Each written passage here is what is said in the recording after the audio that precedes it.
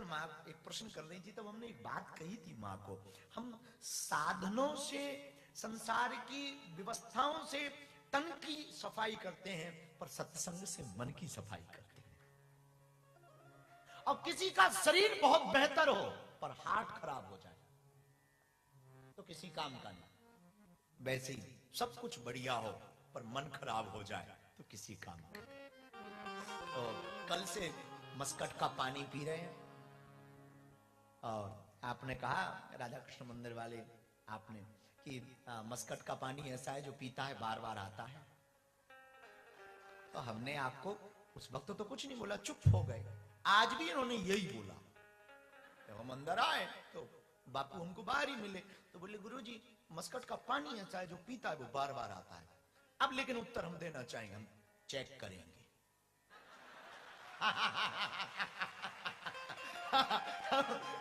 उस वक्त तो नहीं बोल पाए, अब बोलते हैं कि चेक करेंगे।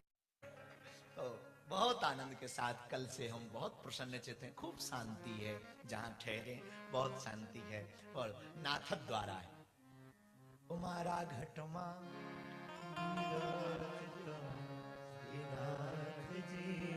यमुना। और हम सुबह जब आने ही वाले थे, अभी आने वाले थे, तो माँ आई और तीनों बहनें हमारी, बोले गुरुजी आप ना ये नाथ जी को पहन के आना।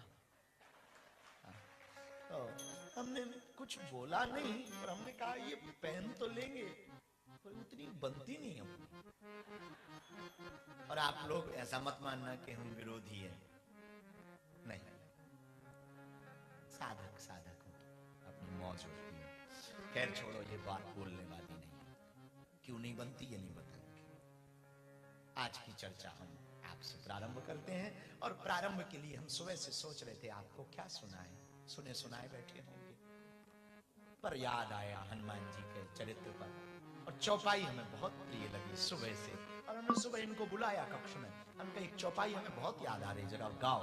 और वो चौपाई इतनी अद्भुत थी हनुमान जी की, बहुत अद्भुत थी। शायद आपके जीवन में कुछ इस चरित्र से नई सीख मिल सके, आनंद मिल सके। ये कथा को आप ऐसे मत सुनना कि आपको स्वर्ग मिलेगा। एक बात फिर से सुन लो, हमारी कथा को यदि आप सुन रहे हो तो ये गारंटी नहीं है आपको स्वर्ग मिलेगा। मरने के बाद स्वर्ग मिला कि नरक मिला हमें नहीं पता, आज तक एक भी न्यूज नहीं देखी। तुमने देखी हो तो तुम अपनी जाना। मरने के बाद स्वर्ग मिले या नरक मिले यार कौन देखने जाता। इतना कह सकते, तुम कथा सुनोगे जीते जी स्वर्ग जरूर बनाओगे। और तुम जिंदा में स्वर्ग ना पा पाए तो मरने के बाद तो हलवा पाओगे। इसलिए जीते जी स्वर्ग के लिए हमें हनुमान जी का चरित्र बहुत मल्टी टैलेंटेड है। हनुमान कौन सा ऐसा टैलेंट है जो हनुमान में नहीं है, कौन सी ऐसी बात है जो सीख नहीं सकते। तो हम सुबह से सोच रहे थे कि आपको क्या सुनाए, तब तक हमें याद आया हनुमान सामने नहीं बड़े भाग,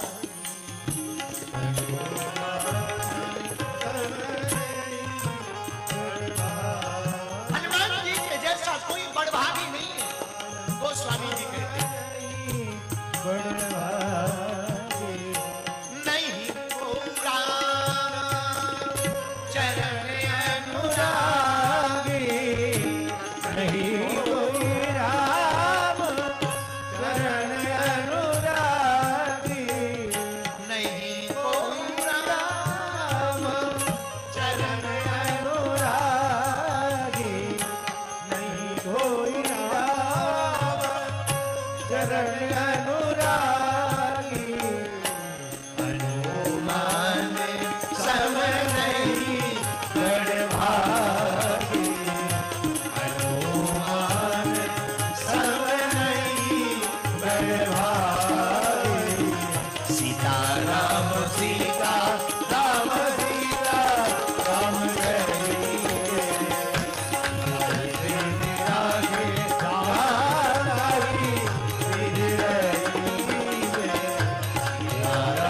सीता राम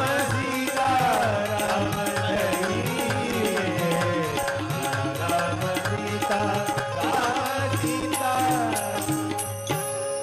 हनुमान जी के जैसा बड़भागी को, आहा मेरे प्रियजनों, राम जी के चरण हनुमान जी को जैसे प्राप्त हुए भला किसी को नहीं भाई।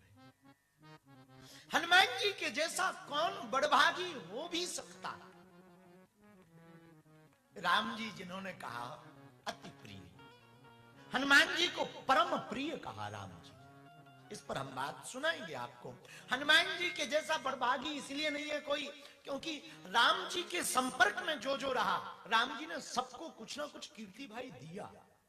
नल नील को दिया, अंगद को युवराज बनाया, विभीषण को लंका का राजा बनाया, सुग्रीव को राजा बनाया।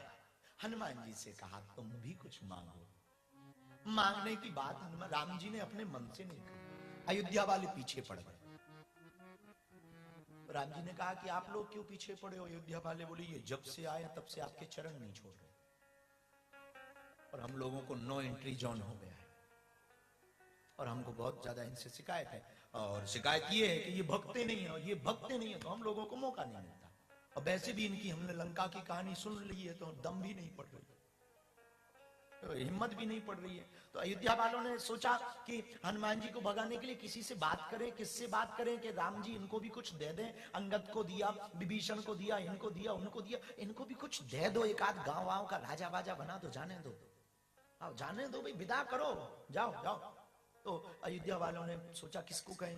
बोले बगल में जानकी माता बैठती, उनको ही बोलो। माँ, हाँ आप एक काम करो, राम जी को बोलो कि कुछ दे दें, जाएं। माता जानकी बोली हम नहीं बोल सकते। क्यों?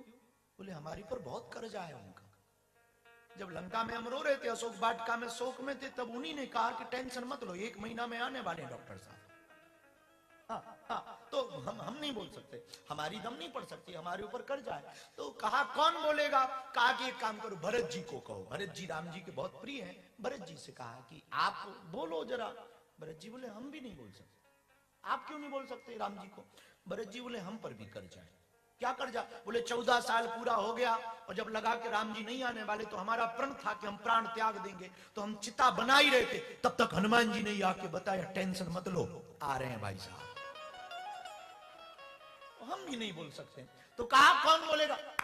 लक्ष्मण जी बोले। भैया तुम बोल दो। लक्ष्मण जी बोले वाह, हमारा कर्जा पता नहीं है, हम भी लोन ले चुके।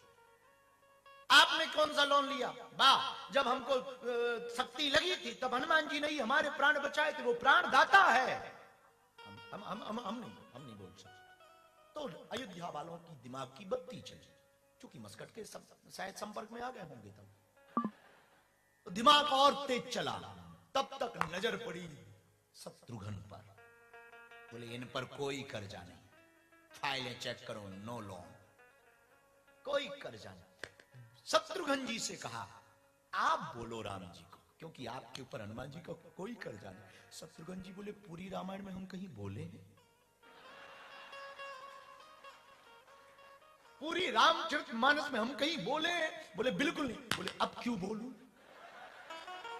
जब पूरी रामायण में नहीं बोले, भला अब क्या बोल के अब अंत समय में अपना फिल्म काहे को अलग कर दूं?